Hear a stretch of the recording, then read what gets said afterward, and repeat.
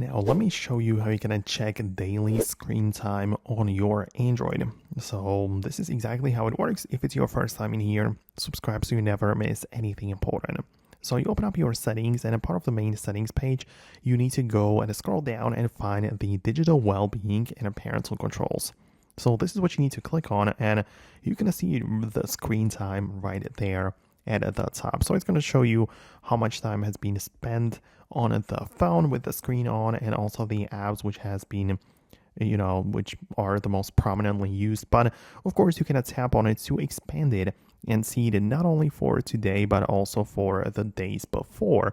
So you can, for example, go back in time and see last week and what exactly has been spent doing that. So you'll be able to see specifically which apps and categories have been used, and it's actually a nice way to go through it. So this is actually very useful information, and that's how you can manage that.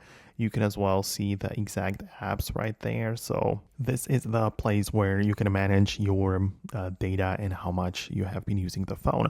Of course, outside of that, you can manage the notifications below, so you can see the amounts of notifications you received and how many times you have unlocked the device. So all of the data is right there. And as well, you have the ability to set up goals or some numbers to aim for. When you go to the set goal, you have the ability to kind of go and aim for a specific number of minutes or hours which you aim to use, and not more. And you can as well set up time limits or app timers for specific games, apps, whatever. So you can decide that you only want to spend a few minutes on a game or something, right? It is up to you to figure it out right here. One more option, in at the top right, we have like a graph icon, and you can get there and it's going to show you some different things, which is like the weekly report and like numbers for specific time frames, which are a little bit more detailed. So this is another section where you're going to check out for more advanced information. But I'm going to wrap up the video right now. Let me know what you think.